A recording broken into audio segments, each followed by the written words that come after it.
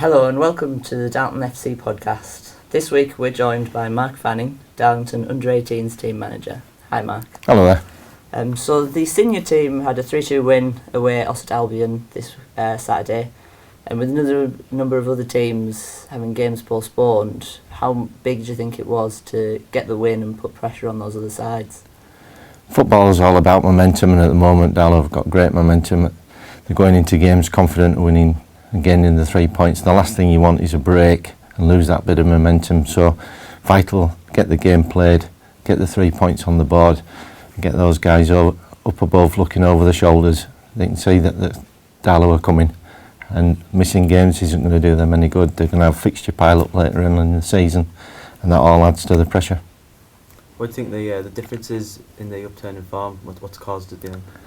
I think Martin and the backroom staff sat down, had a look at the formation, the way they were playing, and they just felt that the balance wasn't maybe quite right, and they've just tweaked one or two things, which has made them a little bit more attacking minded, particularly from their own half, getting out a lot quicker, putting teams under a lot more pressure, and it seems to be working for them.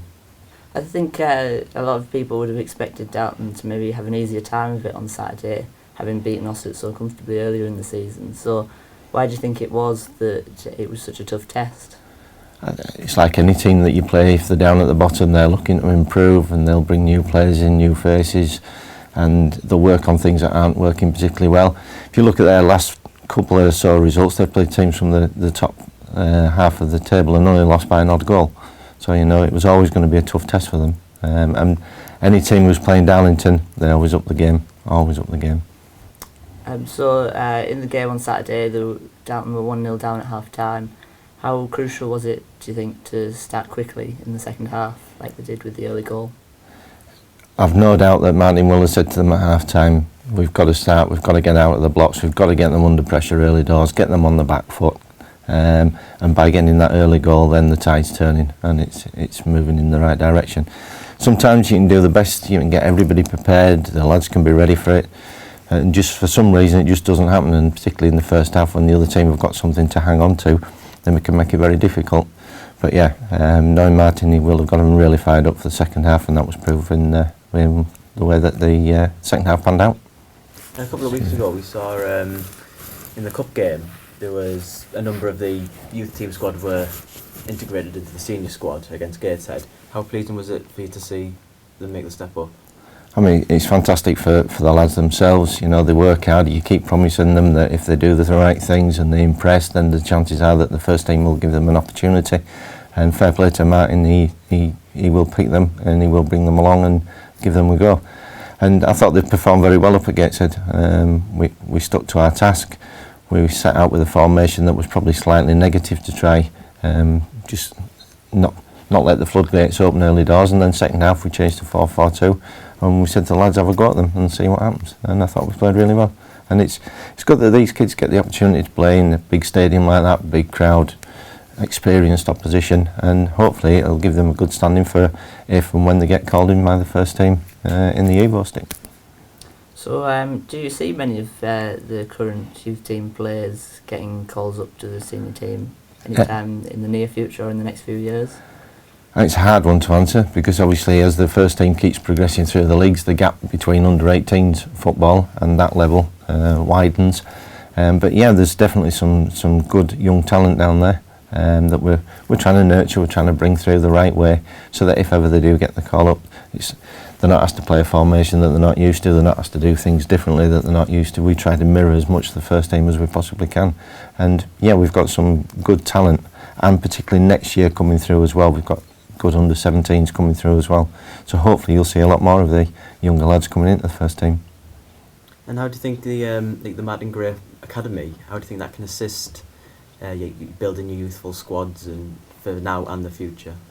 Well, it's almost a double whammy for the lads, because not only are they getting the coaching when they come training with the under-18s or the under-17s and all the way through, but they're also, when they're at the academy with Martin and his backroom staff there, they're getting constant training throughout the day, as well as the scholarship side of things.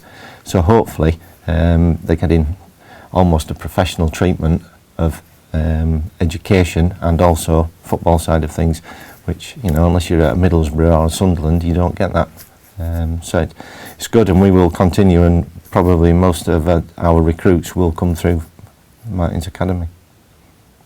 So overall, how are the under-18s getting on this season, and are you happy with the performances they've been putting in? I think if you look at last season, it was mainly an under-17 side playing in an under-18s league, and it was split into two divisions. I think they finished third bottom.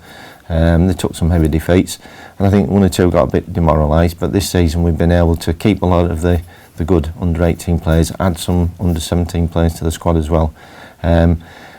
Me being me, I always want to win every single game, so having lost 6 already, that's a little bit disappointing, but overall some of the football that they play, the way that they conduct themselves, the way that they're maturing, very, very pleasing indeed. And do you think the potential addition of an under-21 team would help integrate the players? Without a doubt. That's got to be the next step for the club. If you look at it now, we've virtually got every age group covered and every section finished. The only thing that's missing really is that gap between the under-18s and the first team. And as I said earlier, as that gap gets wider, as the first team progresses, it's vital now to get that next step, to get the under-18s into an under-21 or a reserve side, so that they can continue learning the game, playing with more experienced people, obviously getting the right coaching, and try and get them ready to get into that first team. So Saturday, the under-18s team was meant to be playing Gateshead Red Hue, but that game was called off. So how much of a disappointment was that? We like the first team. We want to keep the momentum going. We had a good performance at Gateshead, a good result at Lambton Street. We were itching to get out on the park last Saturday and obviously play Gateshead for the third time and hopefully get a victory there. Unfortunately, the state of the pitches with all the weather we've got to expect it around this time of year that we are going to get games called off, and even our game on Saturday against Stockton's in doubt at the moment because of the bad weather. So frustrating, but we train tonight and hopefully get the game in on Saturday. So this week the club announced extension to the fundraising initiatives to the 17th of February now, and new fans forum on the 5th of February. So what would you say to fans who are thinking about making an investment into the club?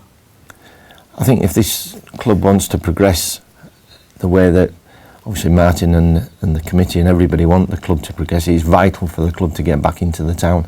And the only way that they can do that is with investment. And what better way as a fan to show your support of the club than become an investor, become part of the club, be part of that steamroller as this club's building its momentum and moving on, and get the club back into the town, and where hopefully we can prosper and move on even further.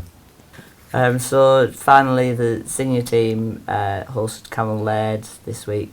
Do you think that they can keep the undefeated streak going? I've got to say yes, haven't I? But no, seriously, there's no reason why they can't. On the day, they're a match for anybody in this division. They've already proven that they can go away and win at the top sides. If everything clicks, then there's no better footballing side, in my opinion, in this division. And yeah, they can turn anybody over, particularly at home. Very, very strong at home. It depends, obviously. People go there looking at the league table, expecting big scorelines. It doesn't happen every week because opposition change the shape, change the way they were going to play. But knowing Martin, he'll have everybody prepared, they'll be ready and looking to get those next 3 points on the board.